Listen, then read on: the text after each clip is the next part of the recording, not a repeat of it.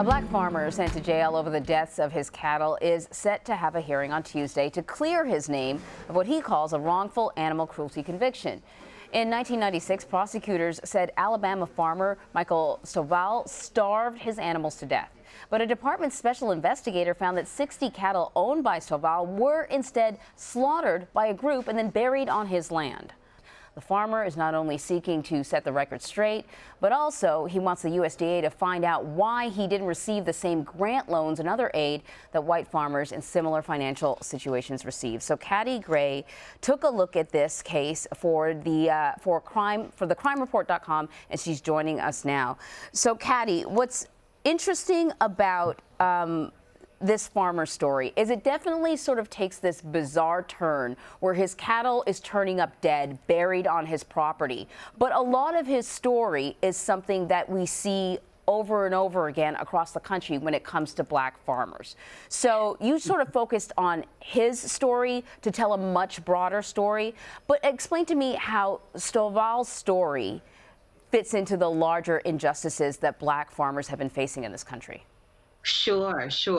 I think it's important to note that Michael's story, that his fight against the USDA actually began before that landmark Pickford settlement that was supposed to provide aid for thousands and thousands of black farmers who had been denied loans, technical assistance, other kinds of aid that had been given historically to white farmers of the same income, credit worthiness, etc. His hearing next week is designed to get to the bottom of his case, not only about the finances, but also, of course, about this wrongful conviction, which, frankly, the USDA required him to say nothing about if he were to have gotten a loan back in the 90s. This hearing is a hearing that was required as a part of this landmark federal settlement for every farmer who believed, who believed they could prove that they had not been treated fairly by the USDA. If Michael gets his hearing, and if a current lawsuit, a brand new lawsuit, finds its way, other black farmers are hoping they will get the same at least opportunity to make their case before the USDA. So I want to give people an understanding of how some of these government agencies have contributed to black farmers losing their livelihood, losing their land. And as you pointed out, there was a class action lawsuit and a settlement, an acknowledgement that the USDA had been discriminating against black farmers. That was in 1999. Now there's another lawsuit that is also sort of making available a large pot of money. So here's what people need to know about how farming works now, is that you need a lot of money sort of upfront. And the government often provides these loans so that farmers can plant their crops with the expectation that they will then, once they're able to sell their crops, pay back the government. It's sort of the way the cycle works with farming, right? Yes, it is.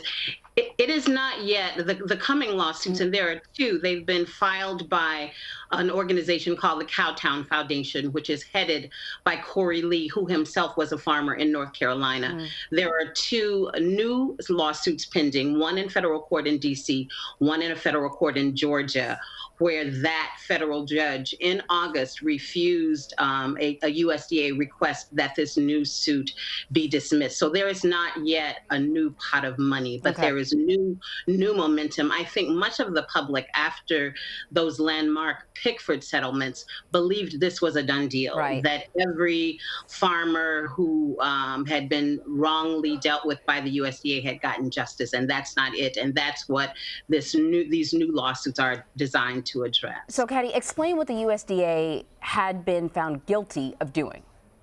The USDA admitted that it treated black farmers differently than it treated other farmers. I have the second farmer that's in the same story with Michael Stovall.